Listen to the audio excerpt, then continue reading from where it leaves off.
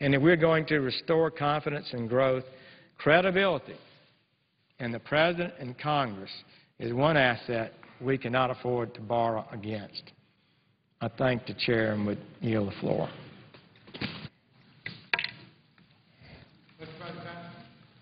Senator from I have Alabama. an additional minute. I congratulate my colleague, Senator Wyden, on his work on this legislation, and also would thank him for his efforts to reach an agreement to improve our tax code. It is a big deal. All the expert witnesses we've had in the Budget Committee, as Senator Wyden is a member of the Budget Committee, have told us that properly improving our tax code could improve growth, create jobs, and make America stronger. So, Senator Wyden, I appreciate your hard work. I'm looking at your proposal, and thank you for contributing positively to the debate. I would yield the floor. Mr. President. Senator from Oregon. Just before he leaves the floor, let me tell Senator Sessions how much I appreciate the kind words and enjoy working with him. We serve on the Budget Committee together and talk often about economic issues. I want to tell my colleague that look forward to working with him on tax and budget issues in the days ahead especially. Mr. President, I would ask unanimous consent that the following members of the Finance Committee staff be granted floor privileges during the consideration of the Generalized System of Preferences Act. Derek Riggins, Chris Arneson, Miranda Dal-Piaz, Nick Malunak, Cosimo Thawley, Tyler Evilsizer, Stephen McGraw, and Claire Green. Without objection. Mr. President, what I'd like to do now is take just a couple of minutes to talk about the amendment offered by the distinguished Republican leader, Senator McConnell, to extend Trade Promotion Authority, what's known as TPA, for 2 years. I am certainly interested in working with the leader on this. Certainly, Chairman Baucus has made it very clear that he wants to continue to work on this issue. But I would oppose the McConnell amendment this afternoon. I want to outline specifically why. The last time the Congress passed Trade Promotion Authority was in 2002, essentially almost a decade ago. The McConnell amendment would simply continue the Congress's instructions that were formulated back then, as I said, almost a decade ago. But the fact of the matter is the American economy has changed dramatically since TPA was adopted last. And the overseas trade barriers have changed dramatically. And yet the McConnell amendment simply hasn't kept up with the times. And what I want to do is just outline a few examples of areas where we face very different economic challenges. And I'd also like to say we talked about this very briefly in the Senate Finance Committee. It was raised by the ranking minority member on our subcommittee, Senator Thune. And so it's clear there is an interest in the Finance Committee in working on this issue. But Trade Promotion Authority is a hugely important and complicated issue. When it was considered the last time, Mr. President, there were extensive hearings in the Finance Committee. Many amendments were authored. There was considerable time devoted to this. That has not been the case at all with respect to reauthorization, and it's why, in particular, I want to make sure that when the Congress next deals with Trade Promotion Authority, we deal with some of the most important challenges. And I'm just going to outline a few of those.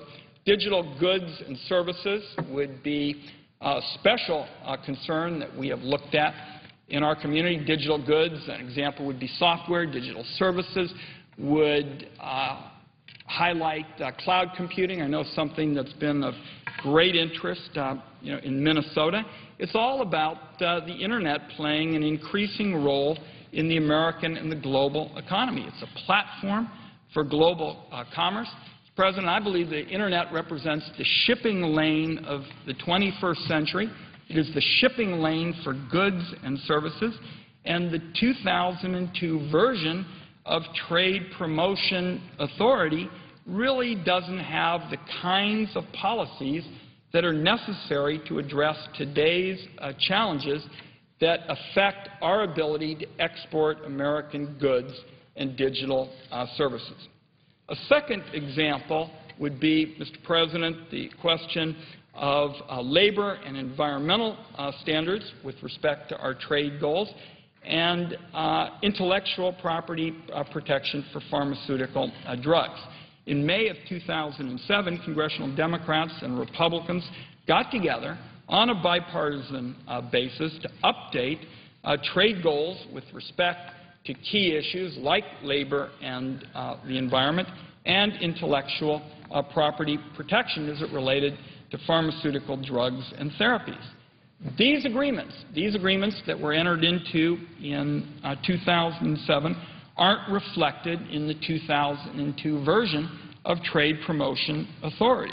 So extending the 2002 version of Trade Promotion Authority is another area where, if we simply support the McConnell amendment this afternoon, trade policy has not kept up with the times. And finally, Mr. President, I'd just like to mention China. And the fact is, in 2002, we had a relatively short experience with China at the World Trade Organization.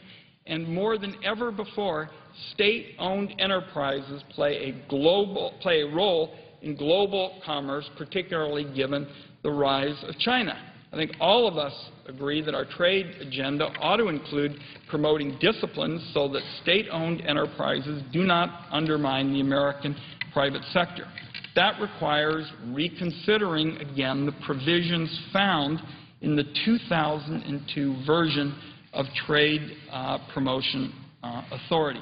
So what it really comes down to, Mr. President, is that this issue deserves more consideration than a floor amendment with just a modest number of senators even being aware of the history and the issues and the complexity of the issues. In fact, I think it would be fair to say, Mr. President, that a significant number of senators on both sides of the aisle weren't even a member of this body back when trade promotion was considered last in 2002.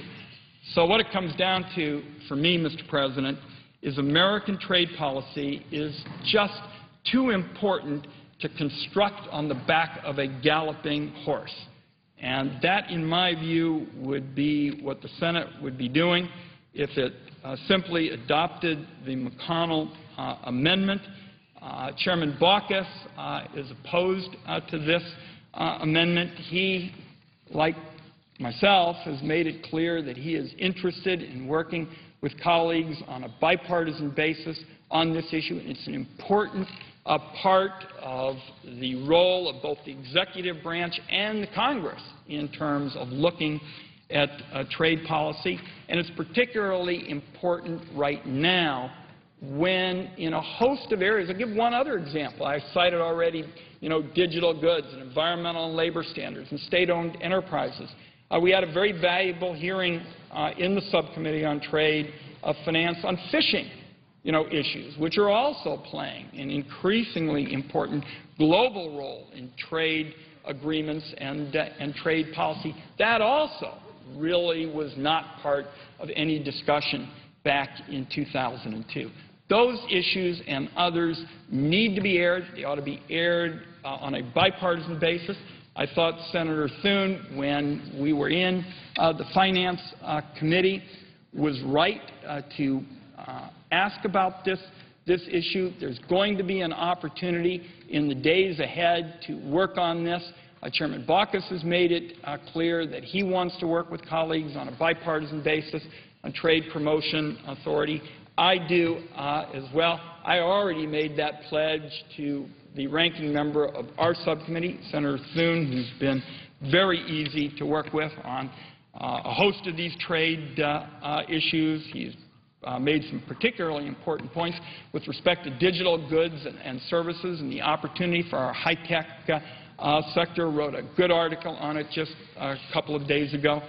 So suffice it to say there is a lot of interest on our side of the aisle in working on this issue. But I would urge colleagues to resist the McConnell amendment this afternoon when it comes up for a vote for the reasons that I've outlined. And there will be time for the kind of debate on trade promotion that I think is appropriate, one that really reflects the opportunities and challenges of an economy in 2011 that is very different than the one we were addressing when we last did trade promotion authority in 2002. And Mr. President, with that, I would yield the floor at this time.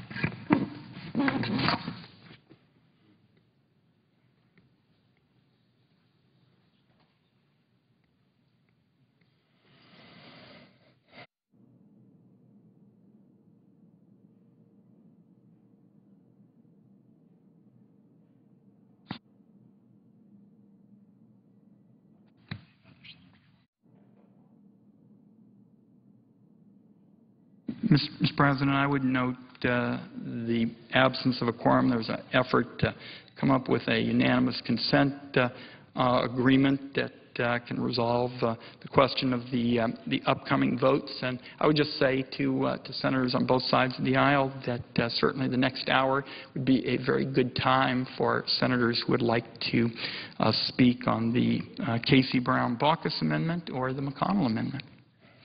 And with that, Mr. President, I note the absence of a quorum. Clerk will call the roll. Mr. Akaka.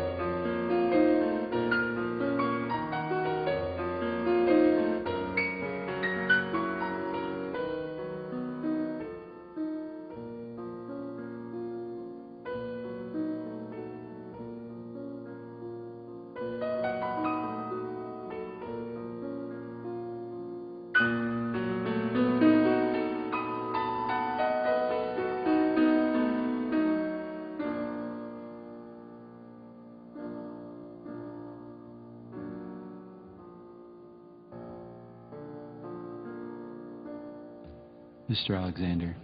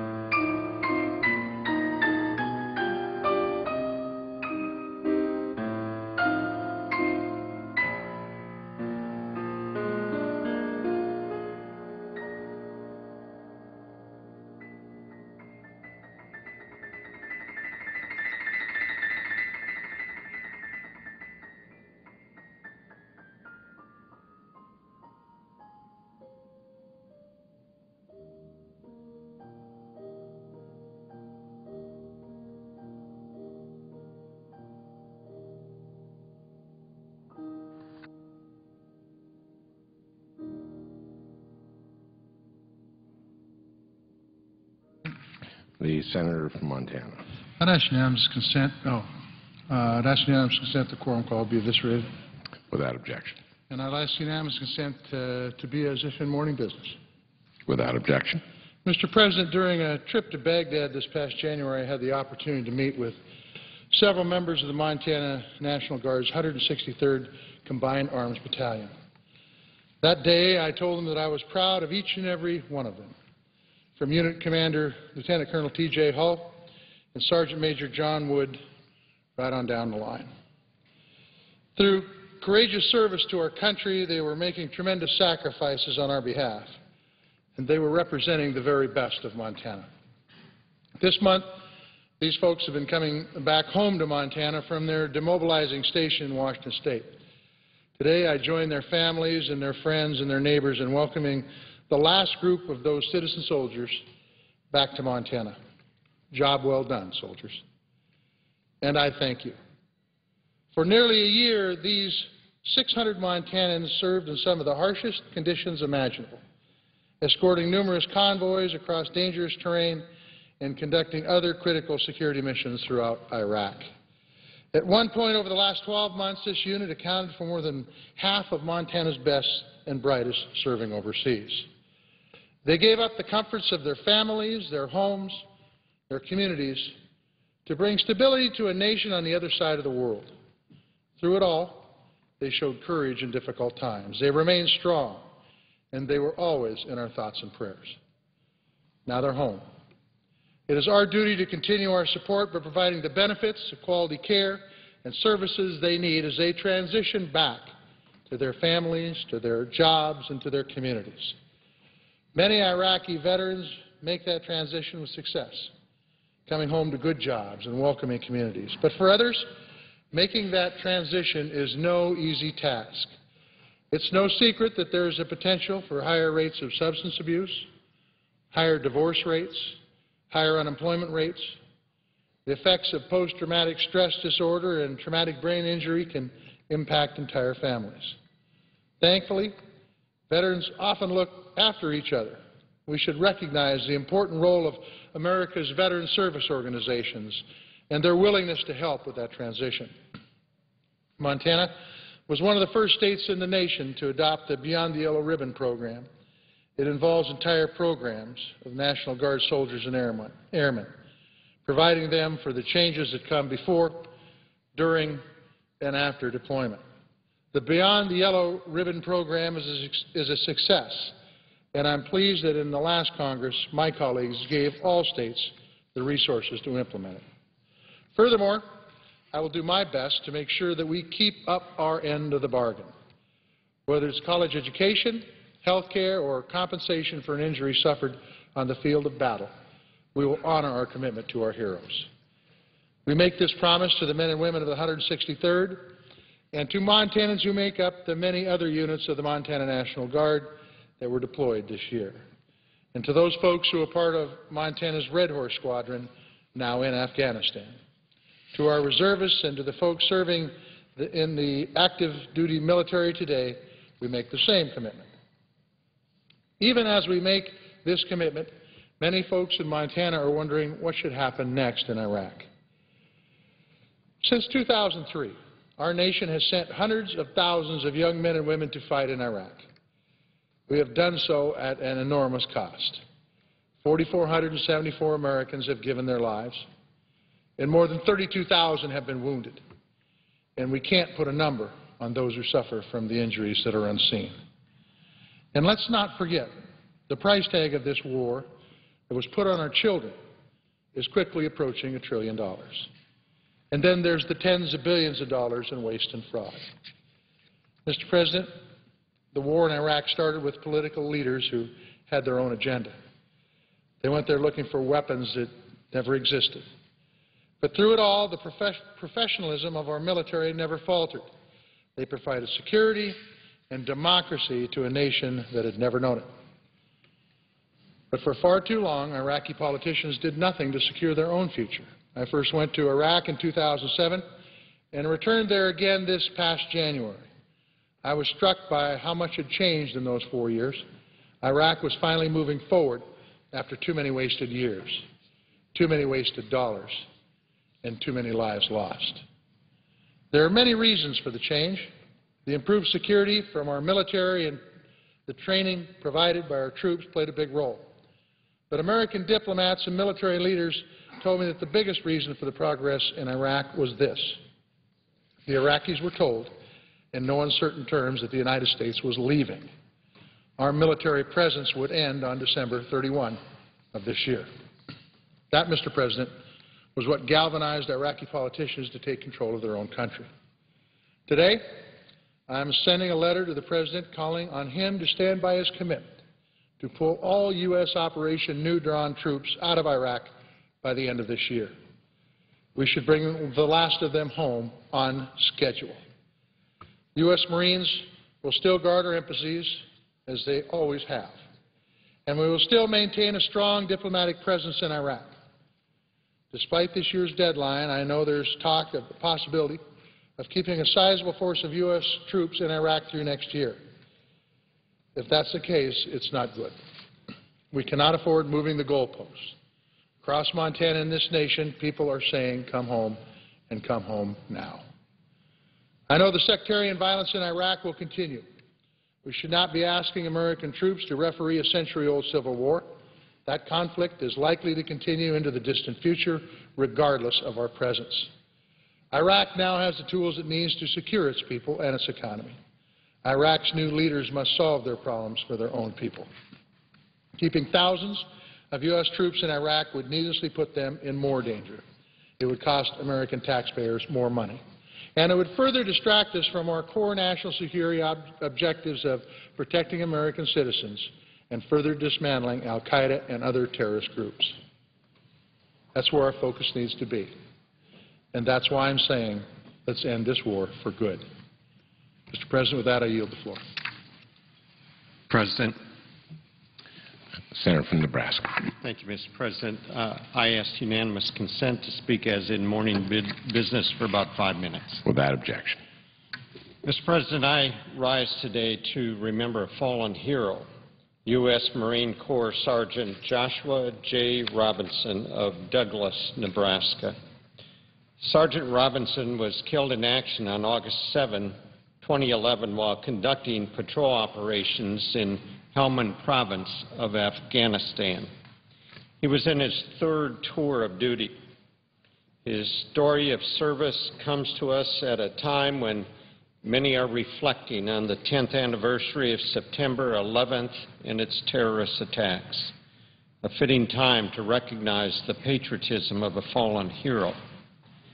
Sergeant Robinson enlisted in the Marine Corps in 2003, a time when Operation Iraqi Freedom was in the beginning stages and many were unsure of what was to come. He felt the call to serve and was rightfully proud of his commitment to defend and to protect this country.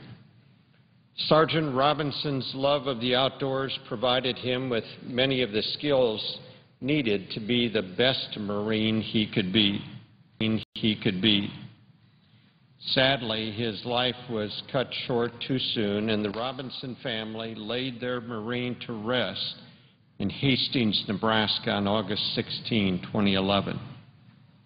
Sergeant Robinson returned to his birthplace with valor and honor, having been awarded the Purple Heart, the Combat Action Medal, the Iraq Campaign Medal, the Afghanistan Campaign Medal, the Global War on Terrorism Expeditionary Medal, and many other decorations during his military career.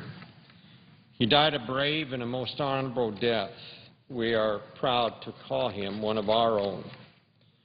The tradition of military service is strong in our great state of Nebraska, but strong soldiers are not possible without the support of family.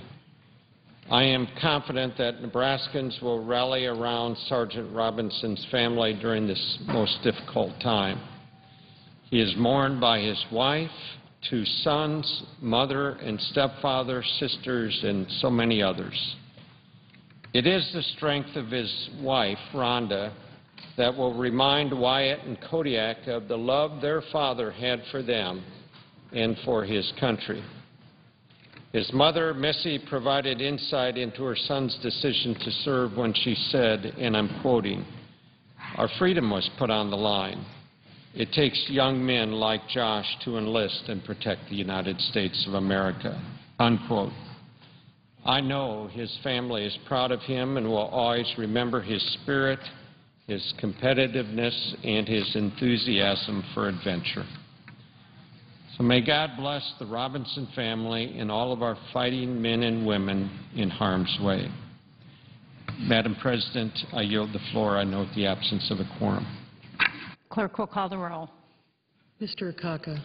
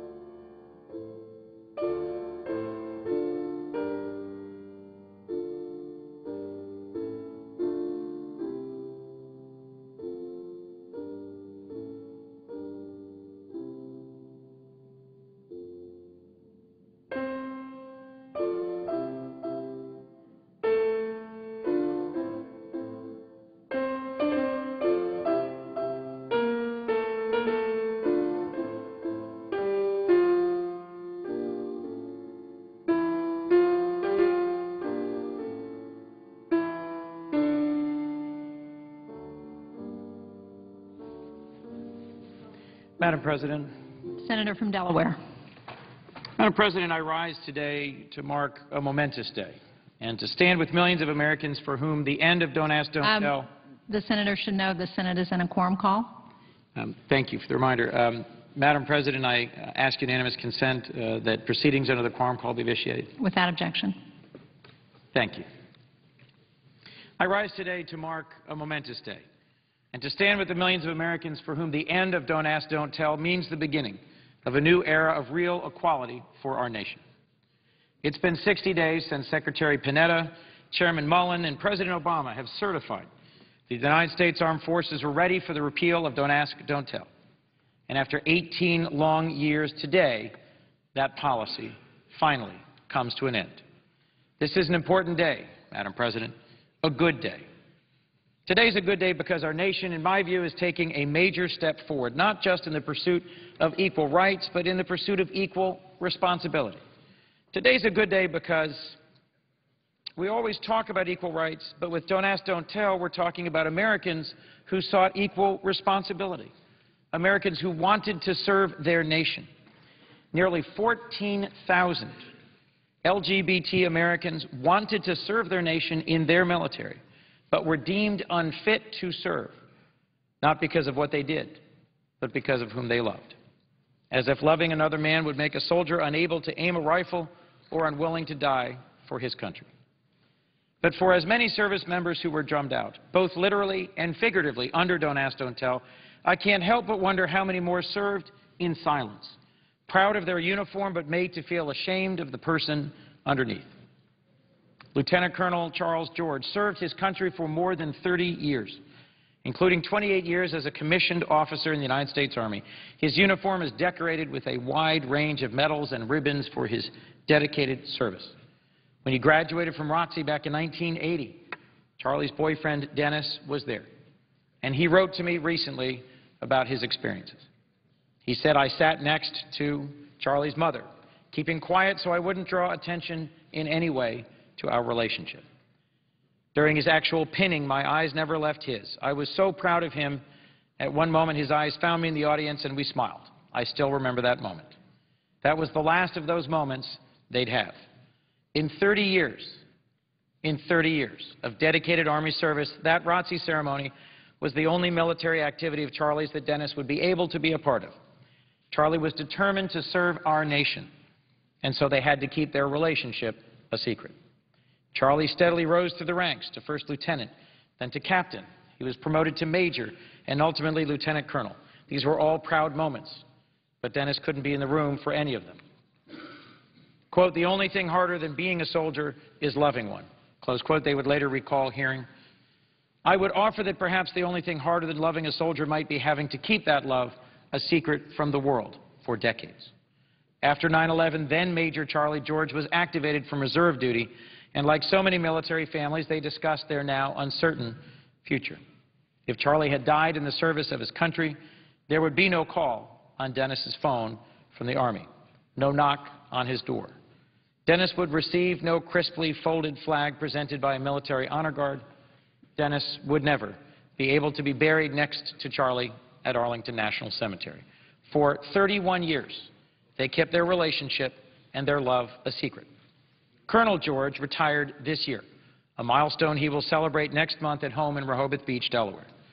For the first time since that ROTC ceremony more than 3 decades earlier, Dennis will be there, proudly looking on. No more secrets, no more hiding. Just the respect and dignity they both deserve. Not just because of Charlie's long and dedicated service to the United States Army or because of Dennis's silent sacrifice, but because they are both Americans. I was proud to co-sponsor the repeal of Don't Ask, Don't Tell last fall. I was even prouder to vote for it. 3 months ago, I was one of 13 U.S. senators to record a video telling the gay and lesbian, bisexual, and transgender youth of this country that it gets better. As Americans, we tell our kids that equality for all is a founding principle of our nation. But our actions in so many ways have in the past failed to live up to these brave words. Our video was a promise to this generation of Americans, to the generation of my children. a promise that we are working to build an America free of legal discrimination, free of discrimination in our society, that LGBT youth have a future in this country where they will be entitled to the same rights, privileges, and responsibilities as every other American. Bit by bit, we're going to tear down these walls of discrimination. Madam President, this is how we make it better. Don't ask, don't tell was discrimination, plain and simple. But today, it is no more. Today is a good day. Thank you, Madam President. Madam President. The senator from Oklahoma. Madam President, being from Oklahoma, I can remember back in the days when they called Oklahoma, southern Kansas, northern Texas, and southwestern Missouri, Tornado Alley.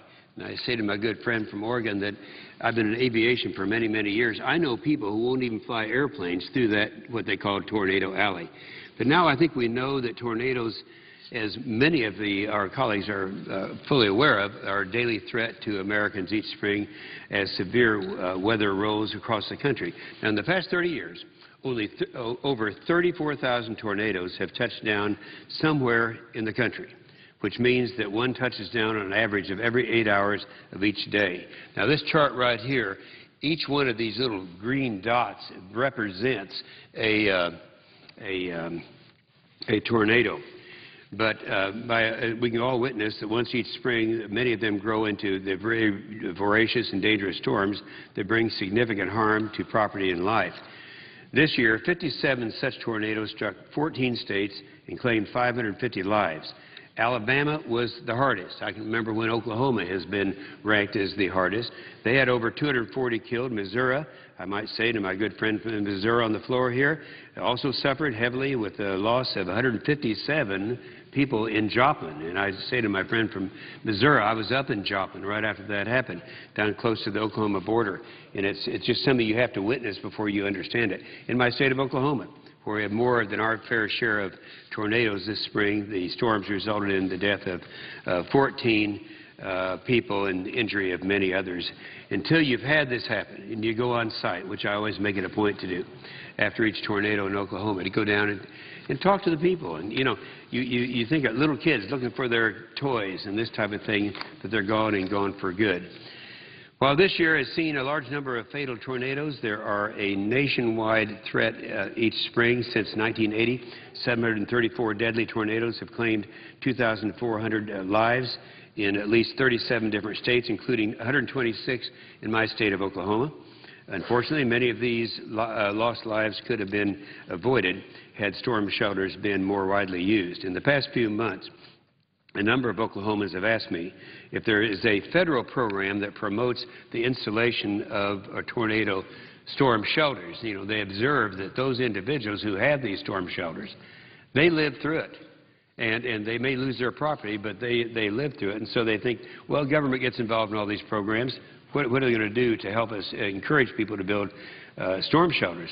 When I looked into it, I came up empty-handed, despite the fact that hundreds of millions of dollars are obligated each year to mitigate the effects of natural disasters. Since death is one of the worst effects of natural disasters, you'd think that tornado storm shelters, which are really the safest way to ride out tornadoes, would be a high priority. But only limited funds that have been made available in the past, and it has been sporadic and poorly allocated. Most of the funds have been made available through FEMA's Hazardous Mitigation Grant Program, which is a mandatory program that allocates funds to states to help them better prepare for future disasters. States are able to direct some of this money to residential storm shelter construction, but to do this, they have to go through a lot of hoops, through a lengthy process of coordinating a program with FEMA, and needless to say, it's a bureaucratic nightmare and hugely expensive. Now, Oklahoma did this after the devastating tornadoes of May 3rd, 1999.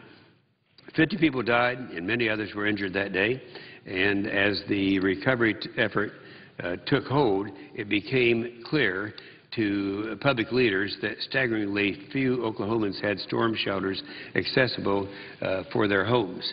Because of this, Oklahoma's Department of Emergency Management worked with FEMA to create a temporary rebate program to encourage individuals to install storm shelters in their homes. The rebate was worth $2,000, and the funding cap was set at $6 million. Unfortunately, the program didn't perform as well as they would have liked. It was a popular program, and the funding depleted quickly. But because of the rebate amount, only 3,000 homeowners were able to take advantage of the program despite its $6 million in funding level. Now, we're talking about here in the state of Oklahoma. Furthermore, because this program is run through FEMA, it had a lot of paperwork requirements and was time-consuming for the state to actually formalize. Furthermore, the ultimate decision of who received the rebate rested with FEMA and the Oklahoma Department of Emergency Management, and they decided who received the rebate and who did not. Now, if you ask me, that's a pretty expensive, poorly designed program, but that's generally the way that FEMA structures these programs when states go to the trouble of requesting them. All told, the FEMA's sporadic hazard mitigation grant program for residential storm shelters has supported the construction of only 15,000 storm shelters at a staggering cost of $35 million. That's $2,000 for each storm shelter. A different approach is needed to encourage a wider group of people to install tornado storm shelters, and this will help mitigate the loss of life during tornadoes and give people the opportunity. You know, I've got 20 kids and grandkids. My first concern every time I hear of a tornado coming is for them. And this is why we have introduced this bill called the Storm Shelter Tax Relief Act. It provides a tax deduction of up to $2,500 to any individual that installs a qualified storm shelter.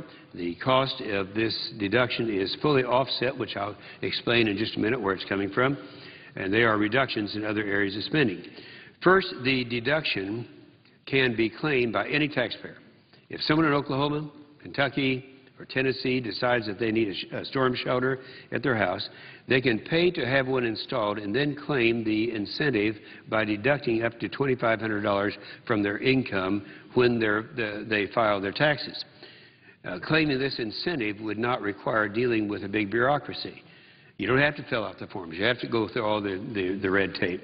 And that's one of the reasons that people don't do it under the existing program. As I said before, previous programs that have been administered through the FEMA place the power of the shelter incentive into the hands of an agency and not a family, not individuals. The agency then decides who does and does not receive the incentive. I think it is best when the middleman can be avoided, and a tax deduction does that. Tax code is blind and provides the incentive to anyone who decides, in their best judgment, that they need a storm shelter. Lastly, and probably the most importantly, the tax deduction is better allocated of scarce taxpayers' resources. A rebate that covers a large portion of a shelter's cost, as the Oklahoma program did, can foster a moral hazard. What I mean is that when free money is on the table, people generally take it. In this case, people may take the rebate to buy a storm shelter because it's free, not because it's what they really need. A tax deduction doesn't allow this because the actual incentive is much lower in value. No one is going to go out and spend $2,000 or more on a storm shelter just because they get to write that amount off in their taxable income. Nobody does that. A rational individual would only go out to buy a shelter if they know they need one, and then it has the added benefit of being deductible from their income. So it's a much better way of approaching it. On the aggregate level, this allows a lot more people to get the incentive at the same cost compared to the rebate programs that have been used in the past. The tax deduction provides a nudge to taxpayers to take practical steps to stay safe in areas where tornadoes are common. It's a common sense approach and a better way to use taxpayer resources. And furthermore, this proposal's $41 million cost is fully paid by rescinding funds authorized for storm shelter construction grants through the programs administered through HUD. In other words, we're doing this program and providing countless more of the shelters at a much at a cost that would merely mean a tax deduction, and it's going to have a lot more people participating in the program. It means that existing unspent HUD funds that are duplicative of other FEMA spending will be redirected to a more effective policy in order to accomplish the same goal: encourage the installation of more storm shelters to save lives from deadly tornadoes. Many may wonder why this is something of a federal government should be doing. In reality, this goal falls squarely within the purpose of the hazard mitigation priorities of the federal government. FEMA defines hazard mitigation as, quote, a sustained action taken to reduce or eliminate long-term risk of life and property from a hazard event, unquote. And that program, the regulations state that projects retrofitting structures to minimize damages from high winds, earthquake, floods, wildfire, and other natural disasters are eligible for the expenditure of such a program. The main goal of all this spending is to reduce the likelihood of losses of life and property and retrofitting buildings to lessen the likelihood of damage caused by tornadoes, and that's an eligible expense. That's what this tax deduction does. And furthermore, the threat, we have another chart here, the threat of deadly and dangerous tornadoes stretches far across the nation.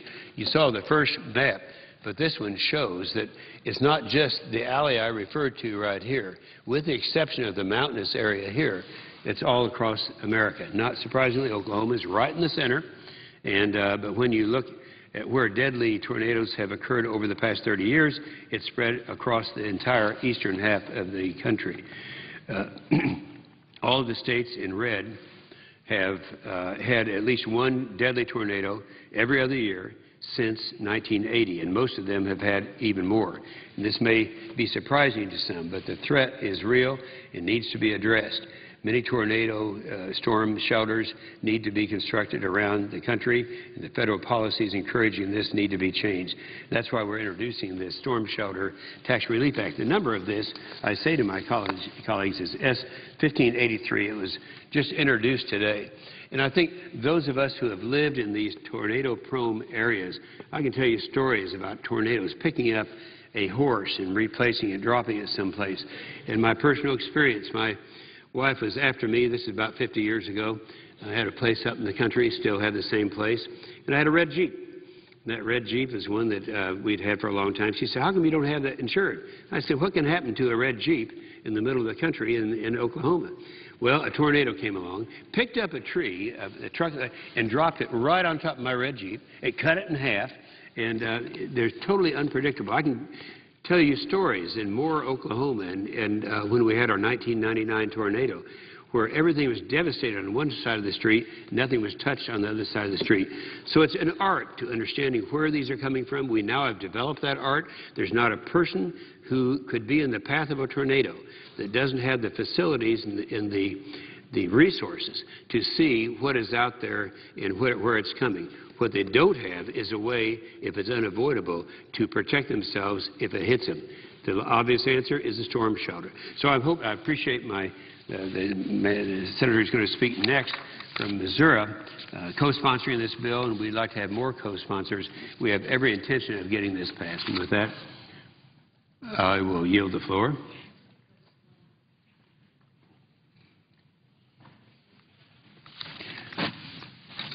Madam President, The senator from Missouri. well, I am pleased to co-sponsor that bill with Senator Inhofe, and between he and I, we may have been to the scenes of more tornadoes than almost anybody else in America who's not a storm chaser. Because of where we live and what we've done, we've had a chance to see the aftermath of many tornadoes, and unlike the floods that we've dealt with in our state and the hurricane around this year and the hurricanes we dealt with in other states recently, the tornadoes there and you don't get much warning, and that storm shelter needs to be close if you want a chance to get into it. And The bill that he has drafted, and I'm proud to co-sponsor with him, provides that opportunity to get that storm shelter nearby. I want to talk for a few minutes today, though, about the bill that's on the floor, the amendment, in fact, to the General System of Trade Preferences bill. That amendment is trade adjustment assistance. Frankly, Madam President, it's not a bill that I would have drafted on my own, but my guess is neither would have the two people that negotiated the bill. This is a compromise between Chairman Camp in the Senate and the gentleman from Montana here. It's a compromise that reflects exactly that. It's not what either one of them may have come up with, certainly not what I would have come up with, but based on the President's determination, it's essential to move on to the 3 trade agreements that have been waiting to be voted on for 3 years now. And I intend to vote for this. I'm looking carefully at the amendments, and I'm supportive of the 2 amendments we'll vote on today, but if they would disrupt the balance of this agreement that's been made, I'm going to look very carefully at that as these votes are cast. Certainly, I'd like for this President and all of his successors to have trade promotion authority. I think we've seen the difficulty of the President being able to negotiate a treaty as an agreement, a trade agreement, that would come to the Senate, that could be amended by the Senate, that takes 2/3 of the Senate to approve. Those days are over. And before Trade Promotion Authority, we had essentially gotten out of the treaty agreement on trade, because who wants to make that kind of agreement? Who wants to get into a room and negotiate a trade agreement only to see the thing that maybe they thought was the biggest thing that they had given up, or the biggest thing that they had gotten, taken out of the agreement before the Senate votes on it? And so this up or down, yes or no, majority in the Senate and majority in the House trade promotion authorities, very important.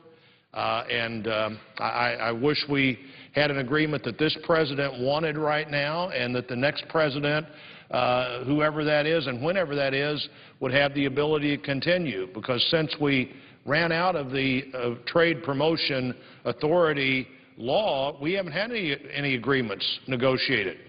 And in fact, the 3 that we have negotiated now, I want to talk about in a minute, but they've been available for 3 years. And I am eager for the President to send them up.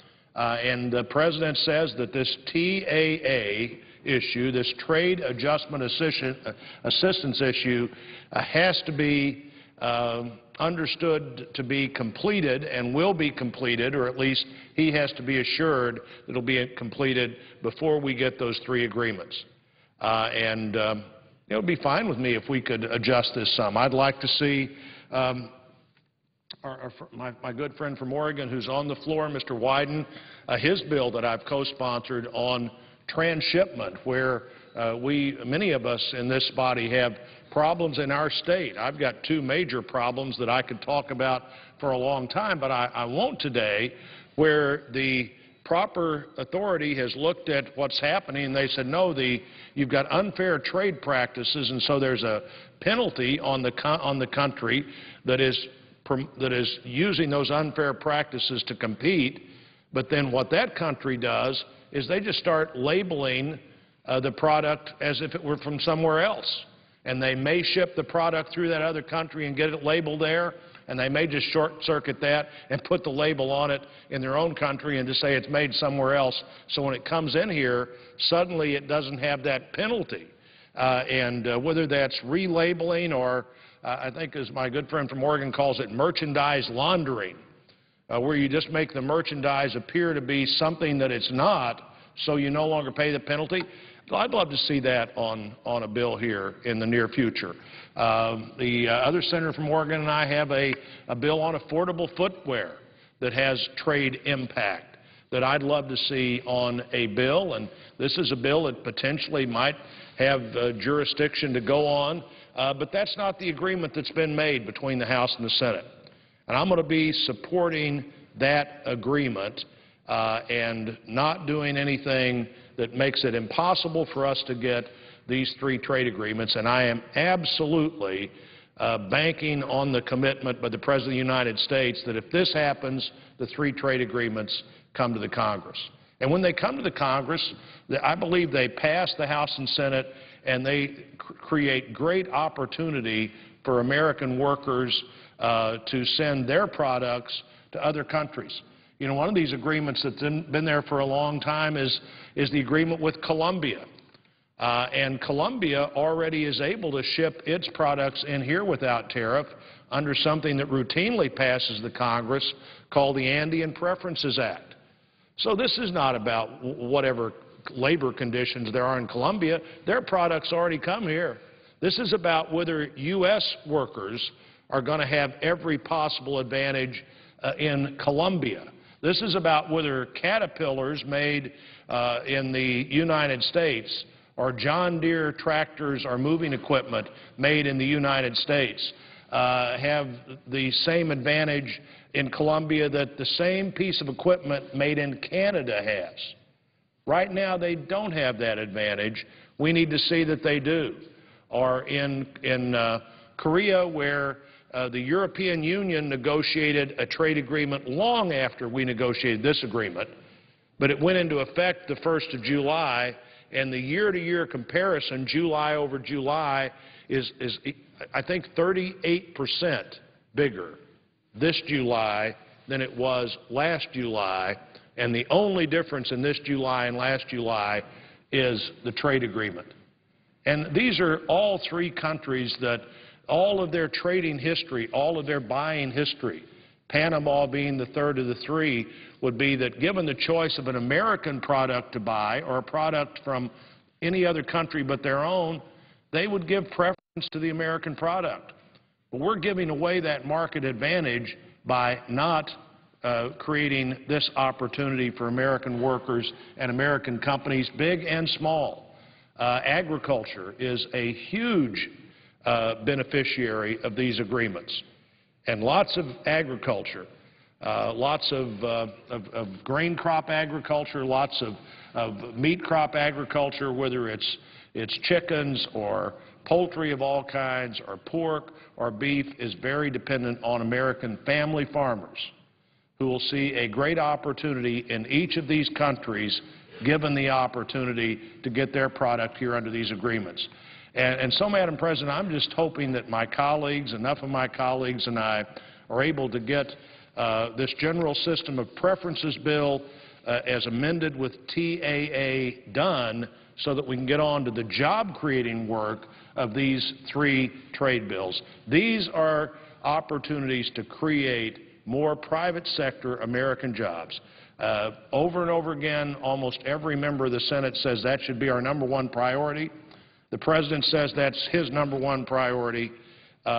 This work combined, as we get to the trade agreements, lets us do the easiest part of job creation in our #1 priority, which is let American workers compete in places where the consumer wants to buy American products, eliminate those barriers, and move forward with these agreements and the bill on the floor today.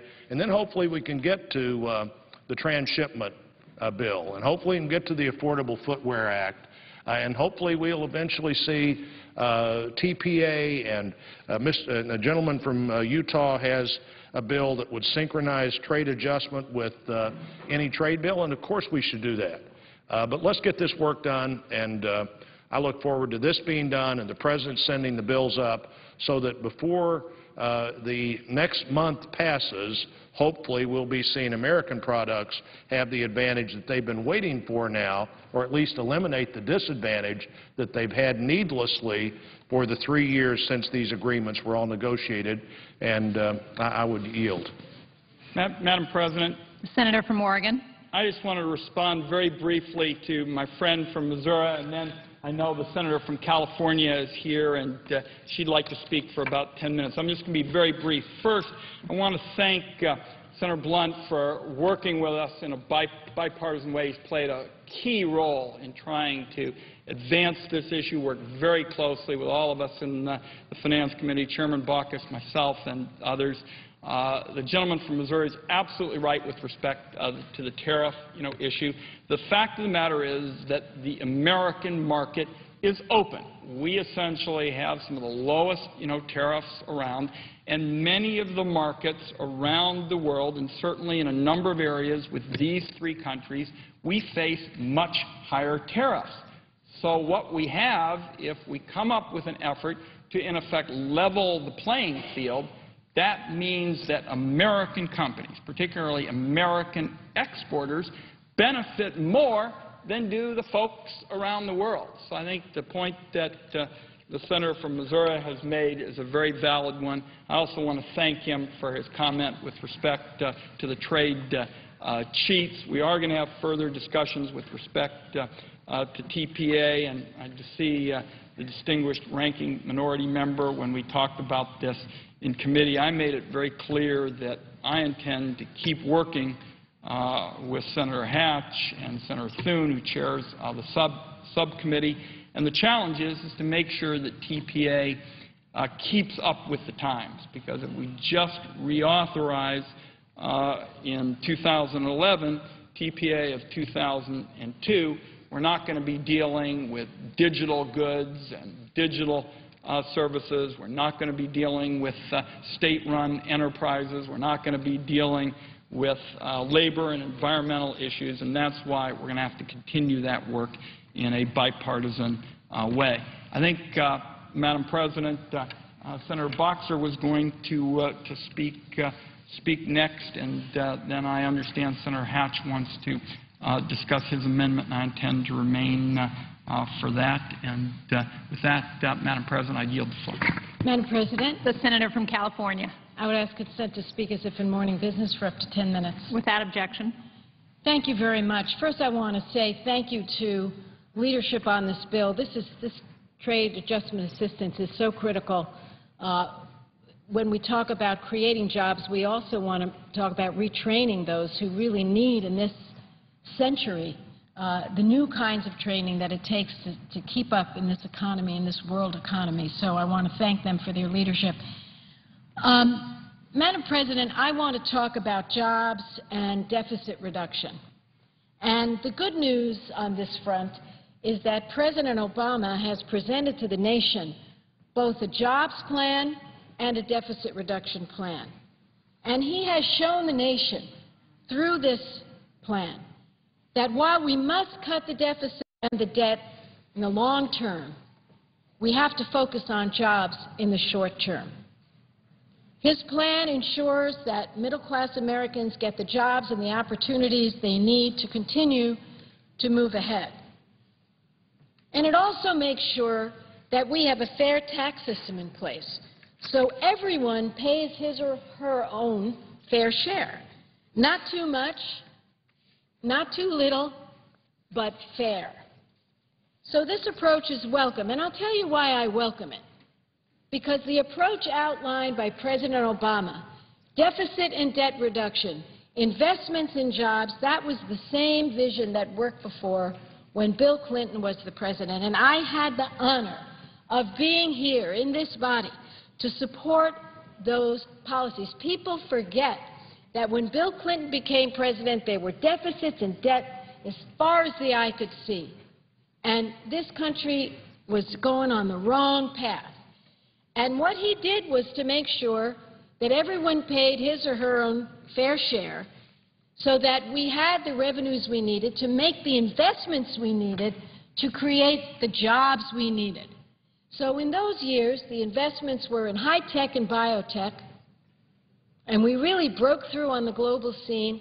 23 million jobs were created, and deficits were turned into surpluses. And I remember looking back at the record, some of my Republican colleagues who are still here today said the Clinton approach is going to lead to, the worst debt, the worst deficits, no job creation, and they were incorrect. So we lived through it, and we know that that vision of cutting spending on what doesn't work, increasing spending on investments, everyone paying their fair share, all that turned into prosperity, 23 million jobs. And what perplexes me is that my colleagues on the other side of the aisle want to go back to the Bush years, trickle-down economics, more tax breaks for millionaires and billionaires, no investments, so we even lose funding for our teachers, our firefighters, our nurses, and even our transportation stakeholders. And I was so grateful we passed an extension of the highway bill for 6 months, but believe me, we face perils ahead because the House cuts that bill by a third, and we have to make sure that doesn't happen because 1.8 million jobs are at stake. So I'm perplexed that my Republican friends only evidence compassion and concern for the millionaires and the billionaires, but not for the middle class. Their compassion for the wealthiest is overwhelming. Their expressions of concern for billionaires, mind-boggling. They call them the job creators, even though they're not the ones creating the jobs. The jobs are being created, if they are at all, by the way, by the small business people. 62% of new jobs. The creation comes from small business. They don't earn $1 million. No way. So they call millionaires and billionaires job creators, which they're not. And they cry bitter tears that we might ask a millionaire or a billionaire to pay a fair share. You know, when I was young, this is going to date me, maybe I shouldn't, but I'm going to tell the truth here. There was a show on television called Dragnet, and the star of it was Joe Friday. And Joe Friday used to say, just the facts. Let's look at the facts. So let's look at the facts. Why are my Republican friends defending the wealthiest among us? Since 1995, the wealthiest 400 Americans have seen their taxes fall by 40% while their average income quadrupled. Let me say it again. The wealthiest 400 families saw their income go up by 4 times and their taxes went down by 40%. Why do you have to cry for that situation? Why the tears? Here's another fact. Madam President, this is amazing. The wealthiest 400 families are worth more than 50% of American families. Let me say that again. The wealthiest 400 families in America are worth more than 50% of America's families. Bernie Sanders, Senator Sanders from Vermont, brought that fact to us. Why the tears for those 400 families? You know, one of those people, Warren Buffett, came forward, bless his heart. He said his effective tax rate is lower than his secretary's. His effective tax rate is lower than his secretary's. Why are we crying for people who earn millions and billions and pay a lower tax rate effectively than their secretaries? I thank Warren Buffett for coming forward. And other millionaires and billionaires have come forward and basically underscored that. Here's what he said. My friends and I have been coddled long enough by a billionaire-friendly Congress. It's time for our government to get serious about shared sacrifice. I think he is right. Why should a millionaire or a billionaire pay a lower effective tax rate than firefighters who risk their lives every day, than nurses who save lives every day, than their own assistants and secretaries who are so important in running their enterprises? The President, our President Obama, has suggested that millionaires and billionaires pay the same effective tax rate as their employees. That should be embraced, not attacked as class warfare. And I ask you, Madam President, is it class warfare to say to a millionaire or a billionaire they should pay the same effective tax rate as their secretary? Or is that just the moral thing to do? It's the moral thing to do. Is it the fair thing to do? It's the fair thing to do. Our country needs everyone to help us as we tackle the deficit. Why the tears? Why the tears? These are not the job creators. These are not people who have given the last 10 years.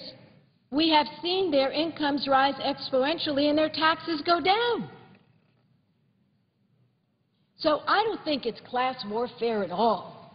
It's just a talking point for Republicans.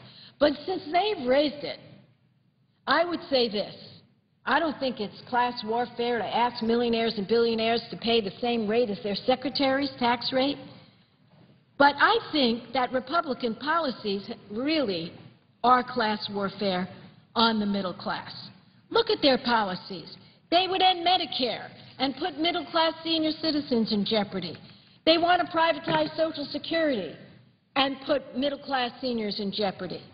They want to cut 1/3 of the funds from transportation, which would mean 600,000 layoffs of middle-class workers. They stopped us from helping small business by blocking Senator Landrieu's Small Business Innovation Act. They blocked the EDA, the Economic Development Act, which would have created 1 million jobs over 5 years. They have taken no action on the FAA bill. They have not appointed conferees, and we can't get that bill done, and that's hundreds of thousands of jobs. When Republicans took control of the House, gross domestic product had grown at an average of 2.5% after the Recovery Act. But now it's down to 0.7%, from 2.5% growth to 0.7%. The Republican Congress put the brakes on job creation, and that is a strong reason as to why this economy has slowed. And now, even before they've read the fine print in President Obama's proposal, they say it's dead on arrival. So let's be clear. Again, asking millionaires and billionaires to pay the same as their secretaries is not class warfare. It's moral. Mark Cuban, the owner of the Dallas Mavericks, says it's the most patriotic thing you can do. Okay? So instead of crying for millionaires and billionaires, I'm thinking of sending a box of Kleenex tissues over there to Paul Ryan, who is lamenting this attack on millionaires and billionaires. Poor things. Poor guys. Poor gals. Instead of doing that, let's fight for the middle class around here. Let's get our arms around deficit reduction by asking everyone who can to pay their fair share. And by the way, let's give tax breaks to the middle class. Do you know that these same Republicans who are crying their tears for the millionaires and billionaires say they don't want to give a tax break to working people? They're against the payroll tax proposal, which would suspend that payroll tax for a period of time. Stop blocking bills that would create jobs. Stop blocking tax breaks for middle class. Stop going after middle class seniors. Stop crying for billionaires. Help us pass elements of the Obama jobs plan, which include bipartisan proposals that all of us have supported in the past. And I think that is critical. We did it before with Bill Clinton. We created jobs. We strengthened the middle class. We created surpluses by asking everyone to pay their fair share. Remember, when our president took over, this country was bleeding 700,000 jobs a month. I remember that. 700,000 jobs. We were on the verge of losing our automobile industry. This president took action. He doesn't get the credit for it. That's okay. There'll be time enough to spell it out. But all you have to do is look back to those days. Credit was frozen. You remember that, Madam President. Capitalism was coming to an end. This president acted. And I have to say this, I don't want to go back to those days of bleeding 700,000 jobs a month. I don't want to go back to the days of credit freezes. I don't want to see these deficits continue. I want everyone to pay their fair share. And most of all, I want jobs for the American people. So if we can stop crying tears for the people that have it all and get to work and roll up our sleeves and work together for the middle class, we're going to strengthen this nation. We're going to solve our problems just as we did when Bill Clinton was president. We have the road map. President Obama has taken that road map. We know that it works.